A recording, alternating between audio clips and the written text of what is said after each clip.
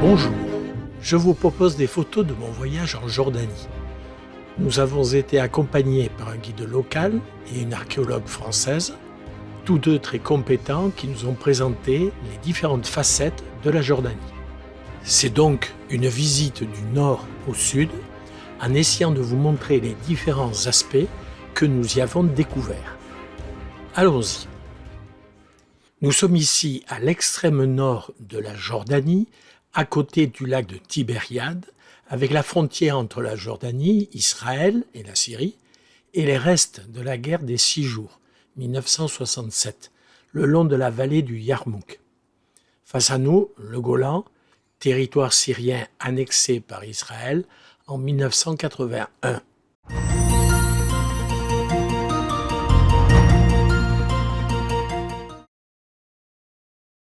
Nous voici à Gadara. Fondée pendant la période hellénistique, elle passa ensuite entre les mains des Égyptiens, des Grecs, des Juifs, pour finir avec les Romains qui en firent une des villes de la Décapole. Nous sommes toujours en face du Golan et donc très proche du lac de Tibériade que l'on voit en arrière-plan, un peu dans la brume.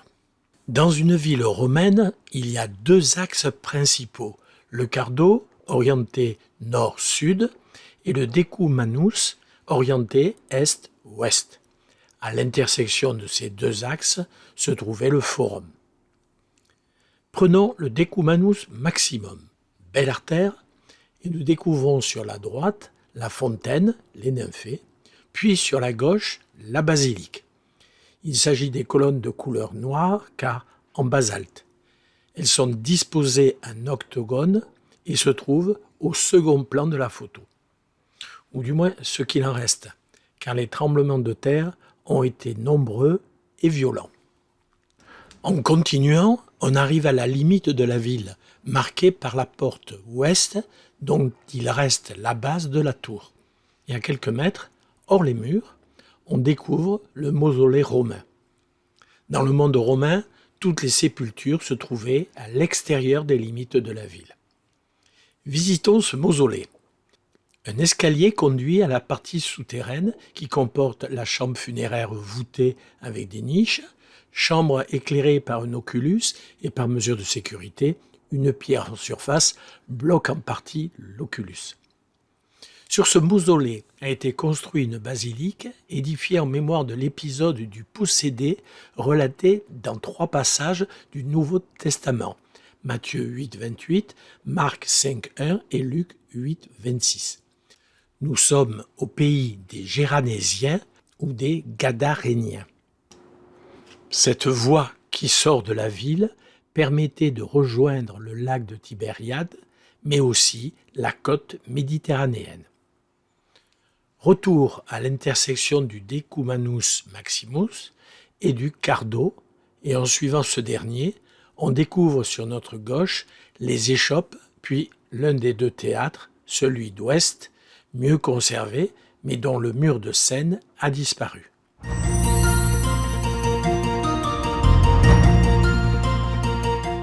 Quittons Gadara pour Jerash. Sa création remonte au règne d'Alexandre le Grand. Puis, en 64 de notre ère, Pompée s'empare de la région et elle devient, elle aussi, une ville de la Décapole. Mais c'est le séjour d'Adrien qui marqua l'édification d'un grand nombre de monuments. Le IVe siècle, avec l'édit de Milan, promulgué par les empereurs Constantin Ier et Licinius, marque un nouvel essor pour la ville qui s'est majoritairement christianisée. La visite commence par le passage obligé par l'arc d'Adrien, 13 mètres de hauteur, c'est l'entrée sud du site. Nous longeons l'hippodrome, avec une capacité à l'époque de 15 000 spectateurs,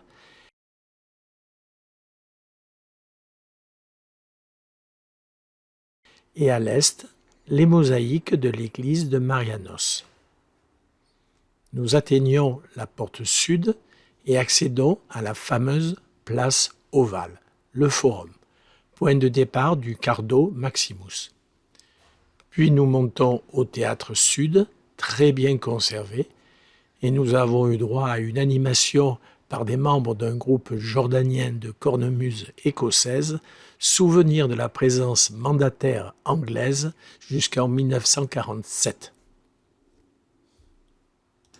Nous empruntons le Decumanus Sud et rejoignons ainsi les restes de 3 églises côte à côte avec de magnifiques mosaïques.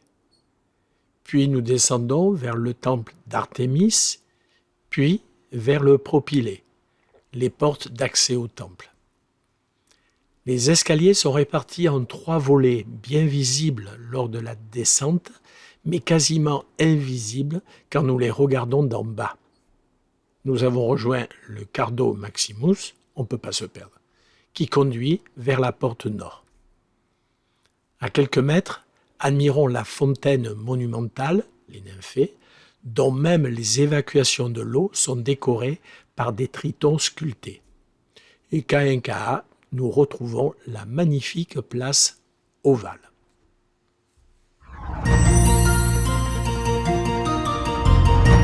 Quittons Jerash pour aller un peu plus au sud et visiter Amman et en particulier sa citadelle.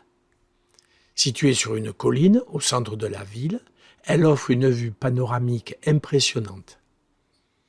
3 noms pour montrer son évolution.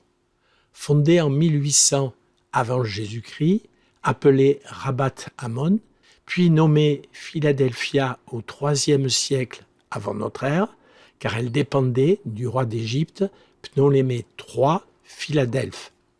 Puis, en 1921, l'émir Abdallah la choisit comme capitale et lui donna le nom d'Amman. Les colonnes, ou ce qu'il en reste, proviennent du temple romain d'Hercule érigé sous le règne de Marc Aurèle. Les édifices impressionnants datent de la période des Omeyyades.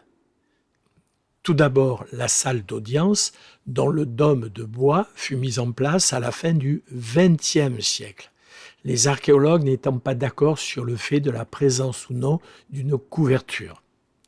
À quelques mètres, on découvre la citerne omeyyade qui alimentait en eau le palais et la cité, avec, au centre de cette citerne, les restes d'une colonne qui permettait de mesurer la hauteur d'eau. Quittons la citadelle et rejoignons le théâtre romain du IIe siècle, très bien restauré en pleine ville. Continuons dans la partie ouest d'Amman où se situe, dans un vallon verdoyant, la grotte du prince, Irak el-Amir, où a été retrouvé en caractère hébraïque le nom de Tobi et, un peu plus loin, le palais du serviteur, restauré en partie, auquel est attaché le souvenir de la famille juive des Tobiades. C'est un type d'habitation fortifiée, sans doute jamais terminée, et qui constitue le plus ancien exemple, datant sans doute du IIe siècle avant notre ère, d'une architecture hellénistique en Orient. Certains blocs atteignent 7 mètres par 3 mètres avec une épaisseur de 30 cm.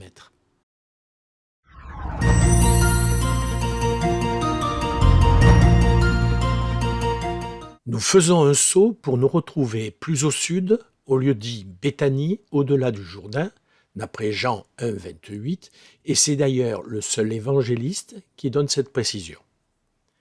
Mais l'emplacement précis du lieu-dit Béthanie au-delà du Jourdain pose problème, car les 2 lieux concernant le baptême du Christ sont situés à quelques dizaines de mètres l'un de l'autre, mais ils sont aussi situés de part et d'autre du Jourdain, donc l'un en territoire palestinien administré par Israël et l'autre en territoire jordanien. Côté est, des fouilles archéologiques ont mis à jour plusieurs églises, une salle de prière, des bassins baptismaux, tous datés de la période romaine et byzantine. Pour cause de conquête musulmane, ce site a été abandonné au milieu du 7e siècle. Les pèlerins de Jérusalem ne traversaient plus le Jourdain. Ils ont donc commémoré le baptême de Jésus sur la rive ouest, où il n'y a aucun vestige archéologique, mais des aménagements modernes. Revenons sur la rive est, où dès 333 de notre ère, des pèlerins ont décrit des visites sur le site du baptême de Béthanie, au-delà du Jourdain, et sur le parcours du Wadi al-Kahar, très modeste affluent du Jourdain de 2 km de long, se trouvent en particulier 4 piles massives qui correspondraient avec l'écrit du pèlerin Théodose de 530, qui indique la présence d'une église construite par l'empereur byzantin Anastase Ier et qui comprendrait de hautes arches pour permettre le passage de l'eau dans un sens et perpendiculairement le passage des baptisés grâce aux marches et au sol carrelé.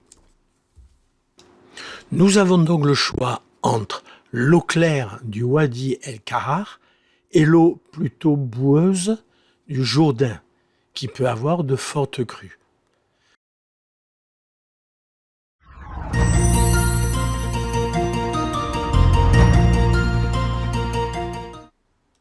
Nous progressons vers le sud et nous atteignons le mont Nebo, où Moïse aurait vu la terre promise. Le point de vue est magnifique et l'on aperçoit à travers la brume le début de la mer Morte. C'est le lieu supposé du tombeau de Moïse, mais nulle trace. L'église à 3 absides est signalée dès 393, puis par des modifications architecturales successives, une basilique apparaît dans les textes en 597 et abrite actuellement de superbes mosaïques datant de 530 environ.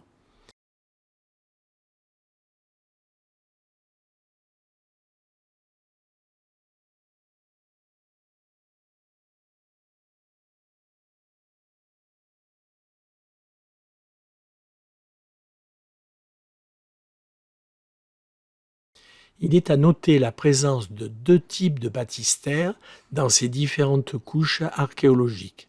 Baptistère en croix, comme à Béthanie au-delà du Jourdain, pour le baptême par immersion, et le baptistère cuve pour le baptême par aspersion.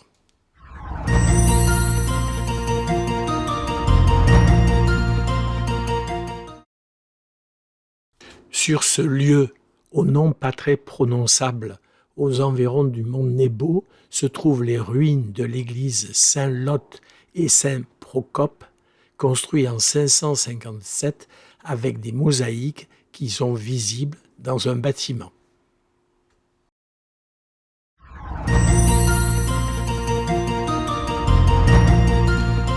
Faisons un petit déplacement vers le sud et apparaît la colline qui se nomme Macéronte. Macéronte, vous connaissez, oui, mais pas sous ce nom-là, je vous l'accorde. C'est le château d'Hérode le Grand, dans lequel son fils et successeur Hérode Antipas fit décapiter Saint Jean-Baptiste. Les colonnes marqueraient l'emplacement du triclinium où aurait dansé Salomé. La suite, vous la connaissez, sinon lisez Marc 6, 17.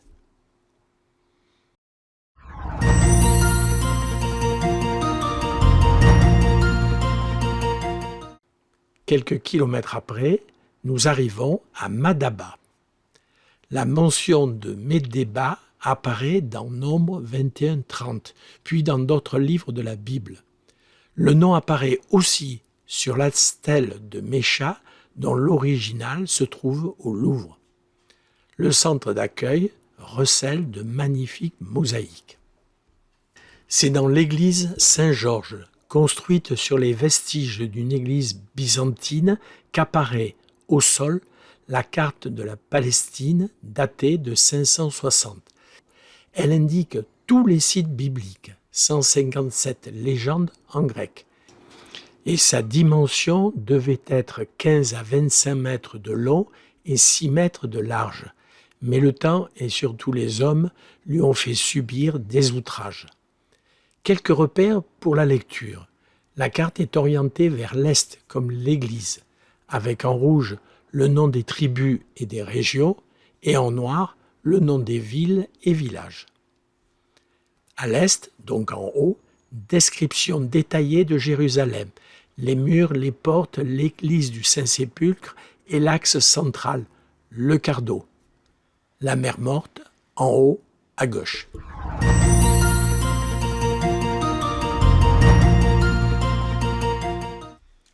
Nous suivons la route des rois et arrivons à el-Rassas.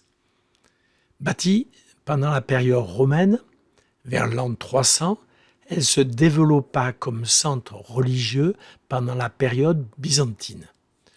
De très nombreuses églises en ruine datent de cette époque et recèlent des mosaïques remarquables, en particulier l'église Saint-Étienne.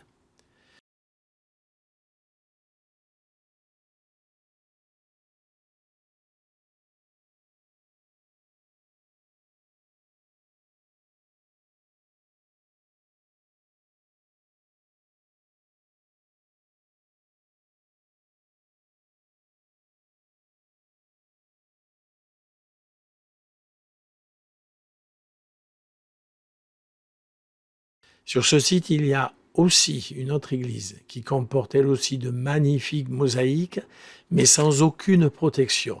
Et ce site est inscrit au patrimoine de l'UNESCO. Une curiosité, une tour de pierre haute de 15 mètres se dresse tout à côté du site. Elle intrigue les archéologues.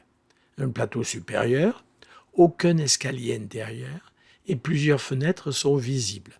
Peut-être la présence d'un lieu pour stylite, avec comme modèle Siméon le styliste.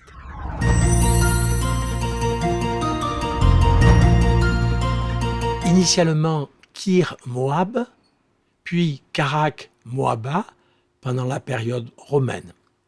Elle prend de l'importance lors de l'arrivée des croisés et la construction de la forteresse en 1142 constitua un maillon du système de défense des environs de Jérusalem. C'était sans compter sur les exactions du croisé Renaud de Châtillon qui se caractérisa par une violence peu commune dans ses actions. Razzia, refus de reconnaître les accords passés, pillage de caravanes, etc. Et il fut honni par Saladin qui livra la bataille de Hattin en 1187. Les croisés sont vaincus et Renaud de Châtillon a eu la tête tranchée. Le tremblement de terre de 1293 a mis à bas 3 tours.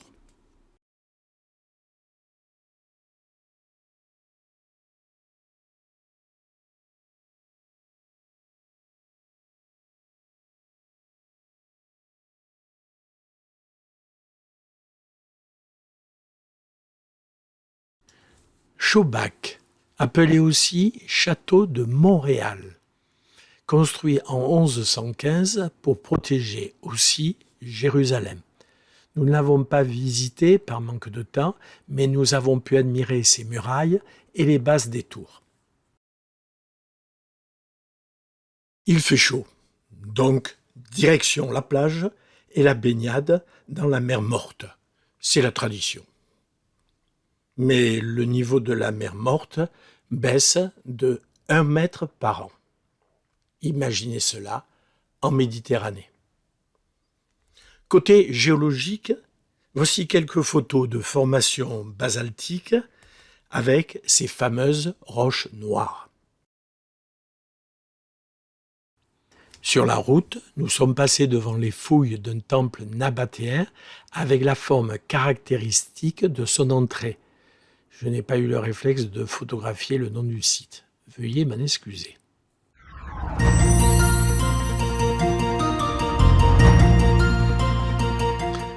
Le sikh, c'est le défilé, le passage. Wadi Moussa est le nom du ruisseau qui traverse Petra et dont nous empruntons le lit pour y accéder. Empruntons donc le sikh et admirons d'une part le système de récupération de l'eau denrée ô combien précieuse dans ces contrées. Et d'autre part, les formes et les couleurs des roches de part et d'autre du cheminement.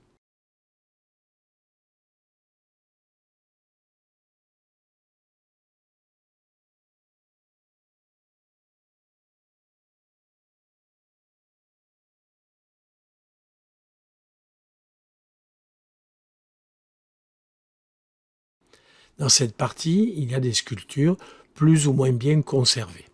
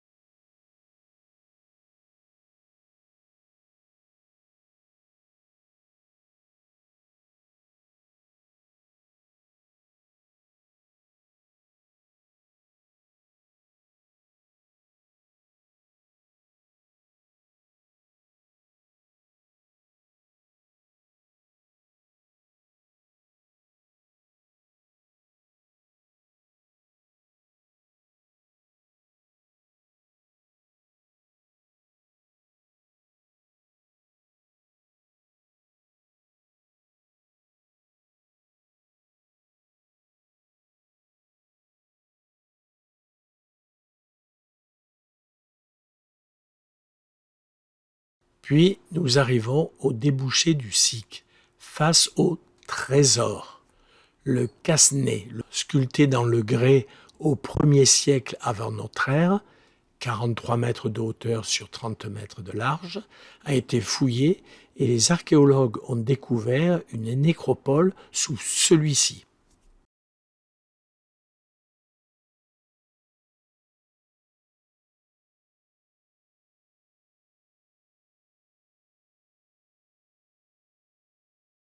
Notons que le site de Pétra est lié aux Nabatéens, qui font partie d'une tribu arabe spécialisée dans le commerce des épices et de l'encens. Ils arrivent dans la région au IVe siècle avant notre ère et s'investissent dans l'édification de la cité de Pétra. En 40 avant Jésus-Christ, Pétra comptait 30 000 habitants.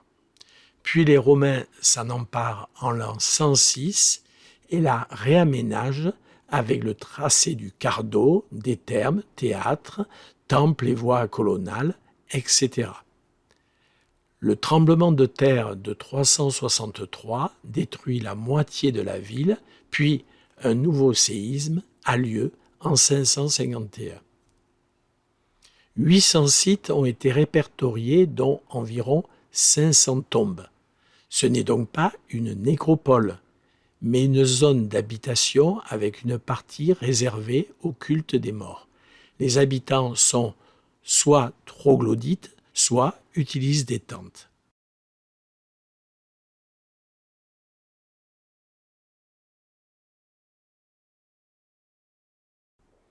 Durant l'époque byzantine, plusieurs églises ont été bâties ou aménagées dans des monuments existants. L'église byzantine, bâtie vers 530 sur des fondations nabatéennes avec un baptistère par immersion. Prenons de l'altitude et gravissons les 800 marches taillées, de hauteur très variable, de 10 cm à 50 cm. Il n'y a aucune norme. Pour rejoindre le monastère qui est, semble-t-il, un édifice cultuel, sculpté au IIIe siècle avant notre ère, de taille plus importante que le trésor, avec ses 45 mètres de hauteur pour 50 mètres de largeur. Nous pouvons monter un peu plus haut pour avoir une vue d'ensemble sur l'esplanade du monastère ainsi que sur les sommets alentours.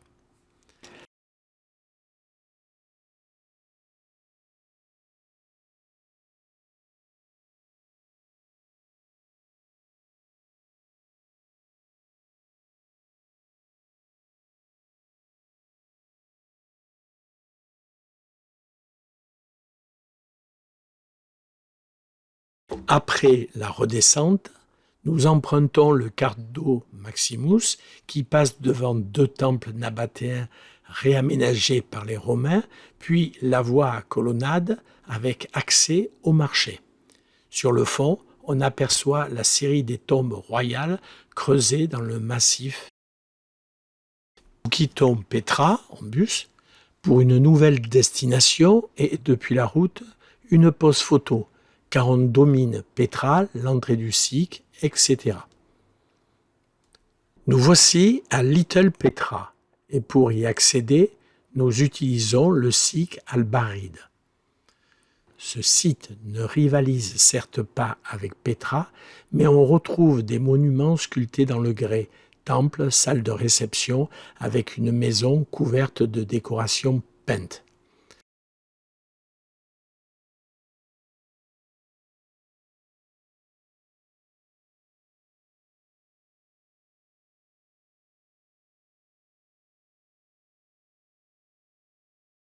Tout à côté de Little Petra se trouvent les restes très bien conservés du village néolithique Al-Beda, qui date de 8500 à 5500 avant notre ère. Construit à la même époque que Jéricho en Cisjordanie, ce village constitué par 65 habitations, rondes pour les plus anciennes, rectangulaires pour les autres, a été abandonné en 5500 avant notre ère et laissé en l'état. Elle constitue une des premières communautés agricoles connues du Proche-Orient.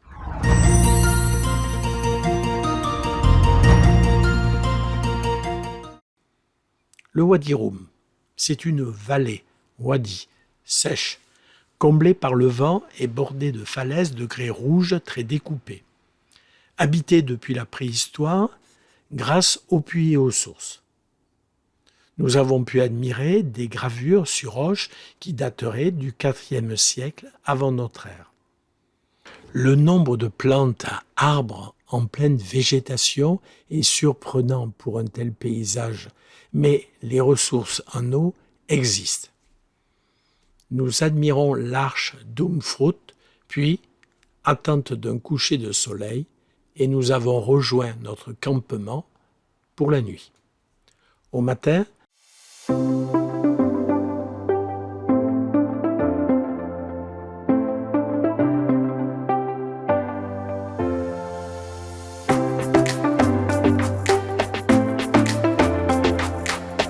nous rallions le village de Rum pour rejoindre Amman et la fin de notre périple.